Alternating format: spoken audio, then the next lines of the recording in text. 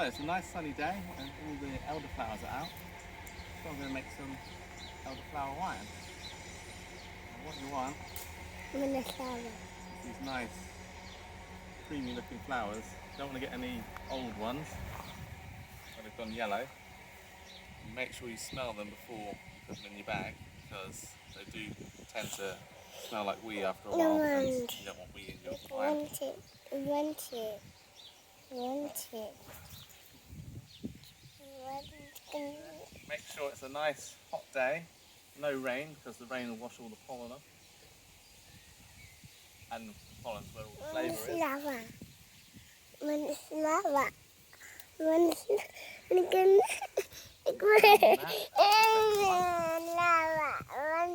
Can she have a flower? You have a flower? Oh, okay, missus, come here. Give you a flower. Here you go. A flower. It's Daddy's bag of flour. Oh, wow.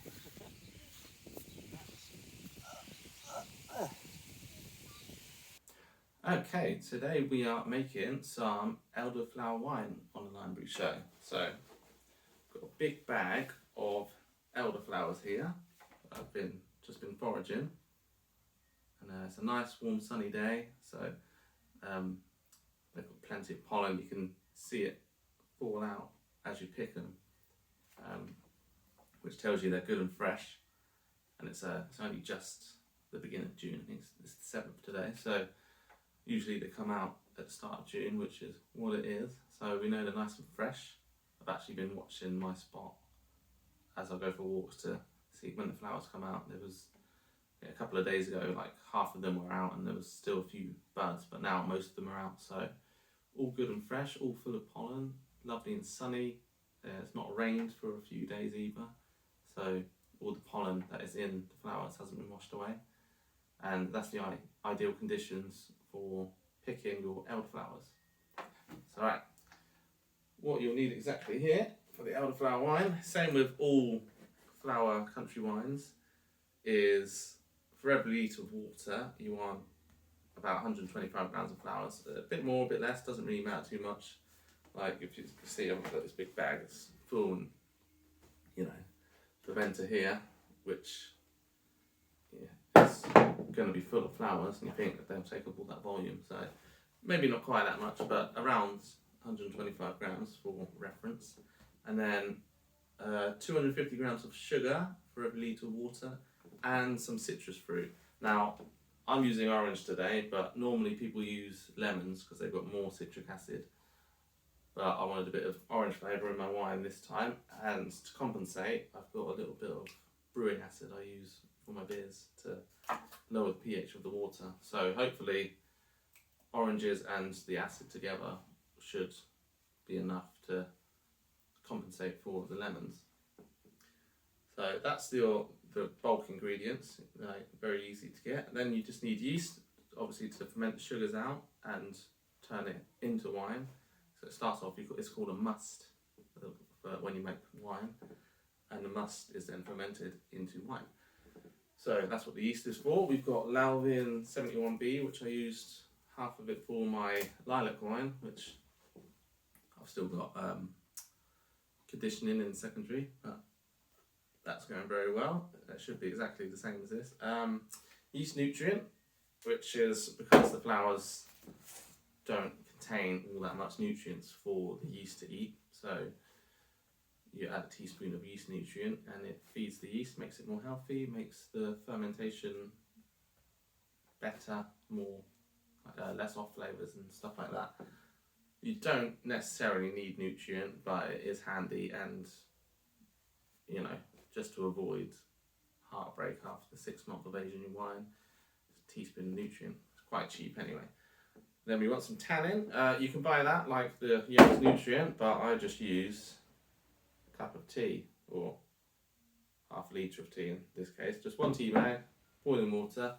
Include this water in your liquid for the wine, and that's your tannin added to the wine. Gives it that nice mouthfeel, makes it taste more like winey. It's a feel. If it's not there, you will definitely notice, and it's all the better for it. So, and then my last ingredient is Camden tablets, which you put one of these in once all of the raw ingredients are in, except for the nutrient and the yeast. And what this does is, firstly, it kills any germs that are left on the flowers, because we're not washing the flowers, because if we do, we'll wash all the pollen off, and the pollen is part of the flavour. So what we do is put a Camden tablet in, it kills any germs, like any nasties on the flowers, and potentially on the oranges and what have you, and will sterilise the must. And secondly, I'm using tap water, and what Camden tablets do is they don't know what the word is, dissolved, but basically they get rid of chlorine and chloramine from the waters, and it just evaporates off, which can lead to off flavours in certain compounds because they'll bond to them as they ferment. Like with beer, it's hops and chlorine will bind together, the molecules or something, and it will give you off flavours. So sometimes if you have a home brew and it tastes a bit off, and you ask if they've used tap water, sometimes this is the case, and that's where the off taste, the home brewy flavour comes from, because they haven't used Camden tablets. So that's that for the ingredients, nice and simple. All we need to do now is pick all the flowers from the green stems and weigh them out. You don't want the green stems in there, or very little, because the green stems are quite bitter and they'll lead you to having a bitter wine at the end of it. So let's get all these picked. Might take me a while, so I'll see you in a few minutes. Right, now, one thing to look out for when you're picking your elderflowers is, or foraging in general, make sure you're picking the right plant. So in this case, for the elderflower, you've got these little umbrels of flowers which are growing on the elder tree. So let's have a look. Like this one here, a bit of a branch there I've picked for you. You see they'll be growing like this on trees, like hanging. And if you look at the branches, or the leaves, they grow in opposite pairs, so one on each side, and then at the end there is one. And then also the leaves are serrated. And then another indicator is the bark. It's quite it looks warty when it's new, because it's like little brown speckles on the green. But as the bark gets older, it's got kind of gnarly bark. But you see that all opposites there. And then the end, the terminal leaf is just a single. A little bit of bark there. You can't really tell because there's only a small bit. And then obviously there's lots of new growth as well. And the new growth is really springy. See there. And again, warty. So if you snap them in half, they're white in the middle and kind of piffy. I think as they get older, they get a bit hollow. So that's your elderflower or your elder tree identification. You can also wait till the berries come out in the autumn, and these flowers will turn into lovely dark purple, red berries, and you can make some elderberry wine instead of elderflower wine. So if you're worried about the tree you've got picked out, you're not sure about your identification, maybe you get some reference books, check the internet, check some pictures online, and you can wait for the seasons to change and watch as they grow. They're quite a simple one to identify, and mainly the smell of the flowers is a dead giveaway, because they either smell like elderflower cordial you can buy in the supermarket, or if they're old flowers, they'll smell a bit like wheat. Obviously don't pick the wee smelling ones, because the smell is going to translate into your wine, and it's going to taste like piss. So that's your elderflower. Yes, be sure you don't get them confused with cow parsley and that family, because obviously they're not trees, they grow quite low, but when they're young, I suppose you could confuse that with cow parsley. If you're you're not experienced in foraging, and that family has hemlock in it, which is poisonous and will kill you. So don't get those ones confused. If you are a bit confused, just make sure you don't pick them from low ground. Make sure you pick them from a tree rather than a little shrub, because small elder shrubs will be low to the ground. And yeah, terrible consequences if you misidentify. But it's a very easy one to identify, so you shouldn't have any trouble with that. Just gotta make sure you're 100%. Same with all foraging. Make sure you know what you're collecting and you're ingesting. You're gonna put this in your body, so you've got to make sure it's safe. Right, so there's all my flowers picked. Got under half of what I intended, but it's quite a lot of flowers, should be fine. And I've also zested 2 of the oranges and put that in there, so that goes into the water. There we go. I'm doing 4 litres today, so I've got 3.5 in there, and then another half a litre for the tea. So chuck that in. The bag squeeze, get it all. Then, along with that, we want the juice from the oranges now. Ooh, a bit tough, that one. There we go. We don't want any of the pith, or as little as possible. So when you're zesting, be careful not to get any of the white pith in.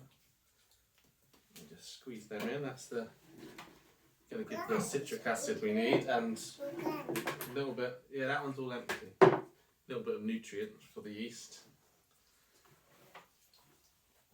This one. Yes. All the flowers.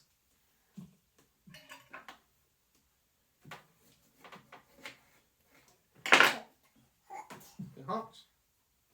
Warm.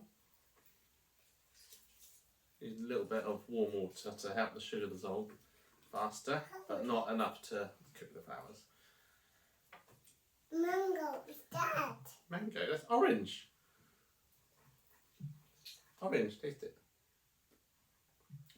Orange.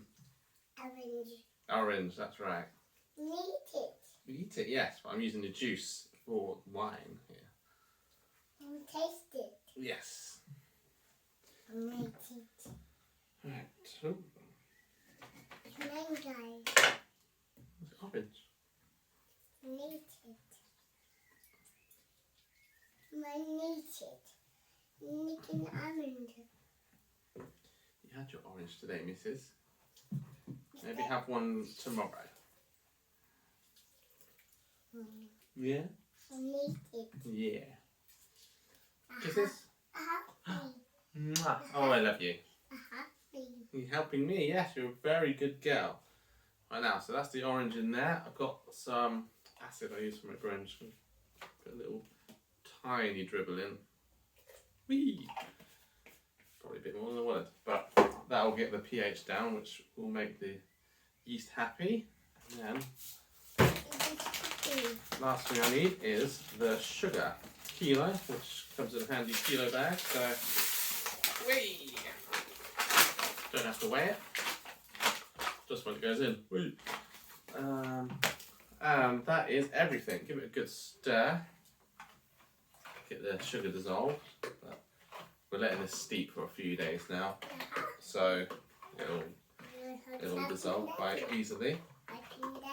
Yeah, Ben, you want to stir it? There you go.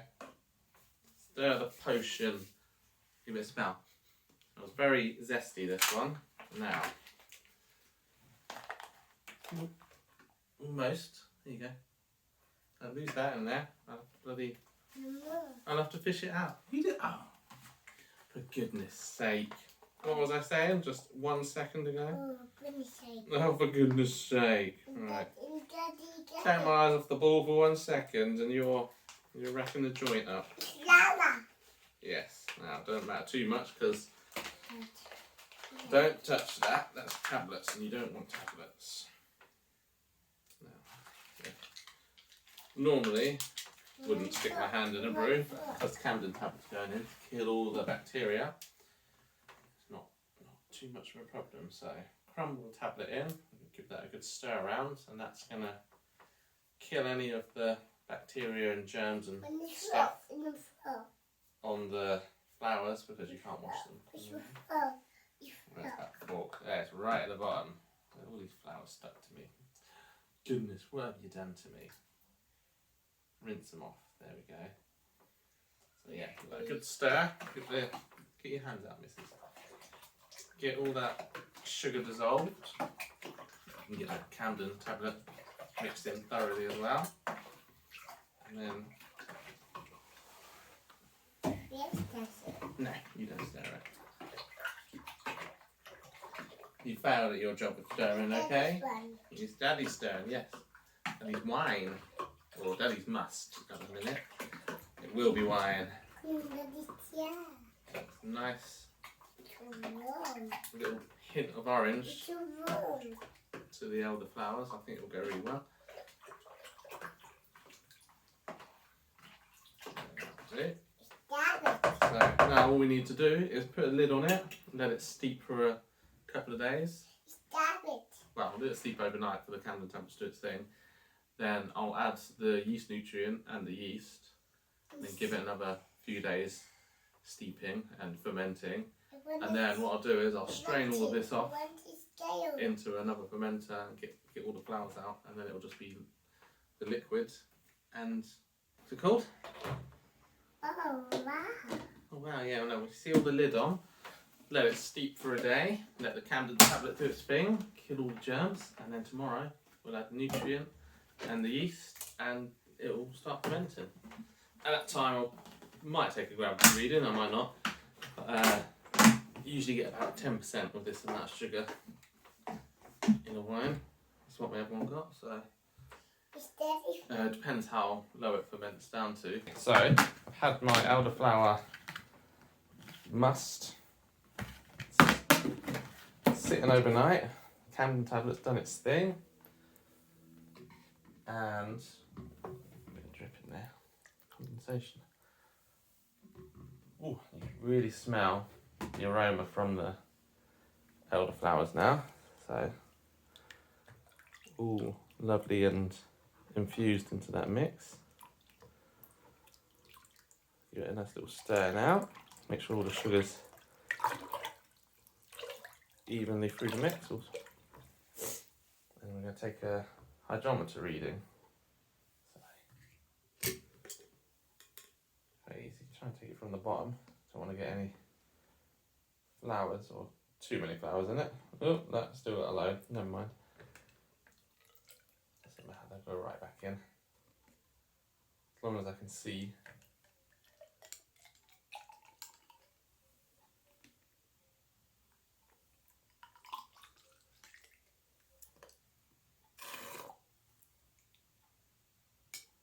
A bit more. Getting clogged up with flowers. Okay, so let's have a look at the hydrometer. It is at 182. So probably about 10.5%, 11% by the end of this. So, pretty good for a wine. Give this a bit more of a stir.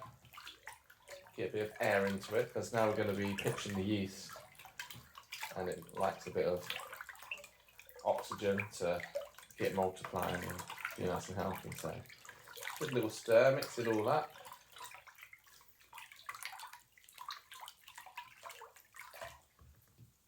And we got some yeast nutrient.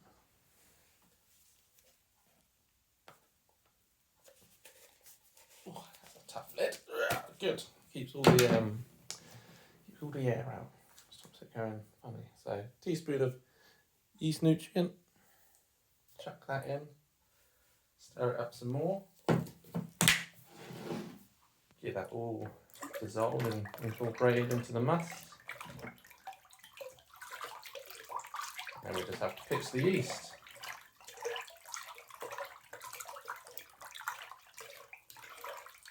Very simple for kitchen use. You don't have to stir yeast in, you just sprinkle it on top of the must and it will rehydrate itself. Some places say you need to rehydrate it and then pitch it, but I found it makes absolutely no difference and it's just an extra step. Okay, sprinkle it all on top. Nice and even, good coverage. That will rehydrate and start fermenting this lovely elderflower wine. And that's it. So get it sealed up now. Leave it here for a few days, let it steep a bit more, get everything out of those flowers possible. And in a few days I'll rack it off, sieve all the flowers out and just let it continue fermenting. Alright, so I bottled up all my elderflower wine. It got 990 on the hydrometer at the end, so final gravity, down from 1082. So about just over 12% alcohol, which is pretty good for a wine. It smells good. It smells how it should. Actually got a little hint of orange a bit still.